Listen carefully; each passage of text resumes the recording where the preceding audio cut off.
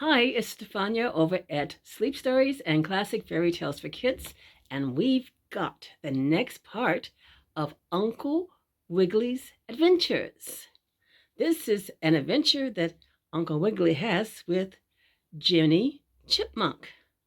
If you remember from the last time, Uncle Wiggily had fallen into a well. It was a trick. And Percival, the old circus dog, pulled him out. And the wolves didn't get at him because they were laughing so much at their antics. Anyhow, here we go. Uncle Wiggily and Jenny Chipmunk.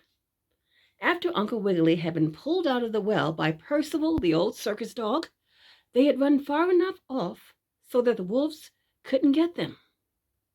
Then the rabbit and the grasshopper and Percival sat down on the ground to rest.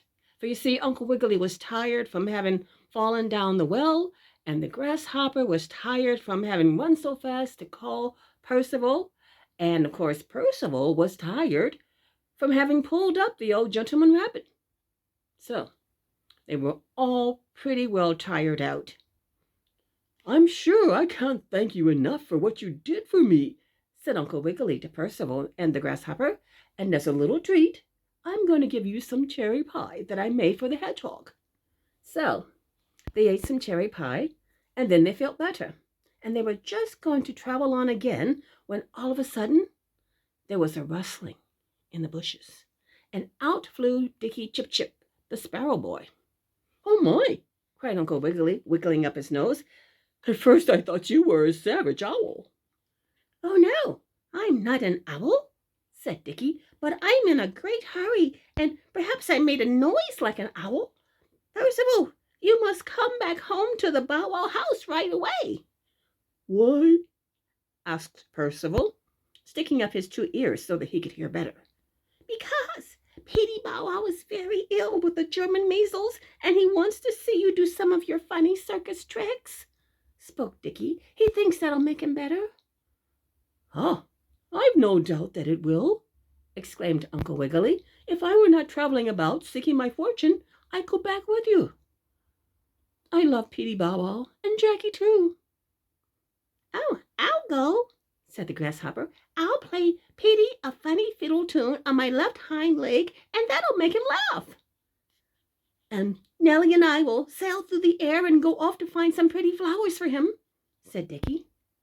So the sparrow boy, the grasshopper, and old Percival, the circus dog, started off together to see poor sick Petey Bow Wow, leaving Uncle Wiggily there on the grass.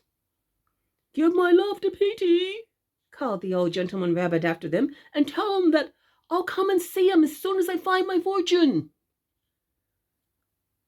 Uncle Wiggily felt a little bit sad and lonely when his friends were gone, but he ate another piece of cherry pie, taking care to get none of the juice on his blue necktie, and then he was a little happier. "Now, to start off once more," he said, "I wonder what will happen next. But I know one thing, I'm never going to do any jumping for any squatty old toads any more." So Uncle Wiggily traveled on, and when it came night he didn't have any place to sleep. But as it happened, he met a kind old water snake who had a nice house in an old pile of wood, and there the rabbit stayed until morning, when the water snake got him a nice breakfast of pond lilies with crinkly eel grass sauce on. Pretty soon it was nearly noon that day, and Uncle Wiggily was about to sit down on a nice green mossy bank in the woods, not a toy bank with money in it, but a dirt bank with moss on it like a carpet. That's where he was going to sit. "I think I'll eat my dinner," said the old gentleman rabbit as he opened his case. And just then he heard a voice in the woods singing, and this was the song. "Oh dear, I'm lost. I know I am. I don't know what to do.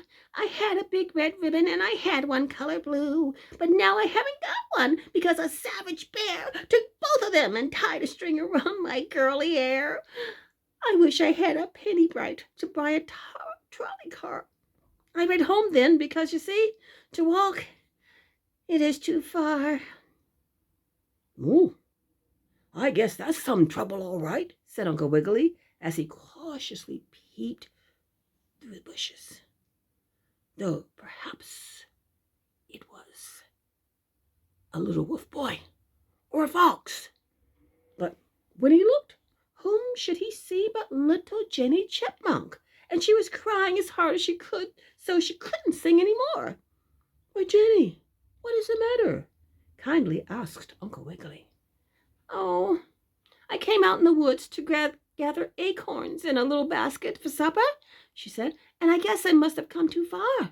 First thing I knew, a big bear jumped out of the bushes at me, and he took off both of my nice new hair ribbons and put on this old string.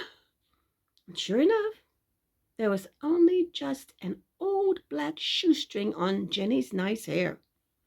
Where's that bear? Asked Uncle Wiggily, quite savage-like. Just tell me where he is, and I'll make him give you back those ribbons, and then I'll show you the way home.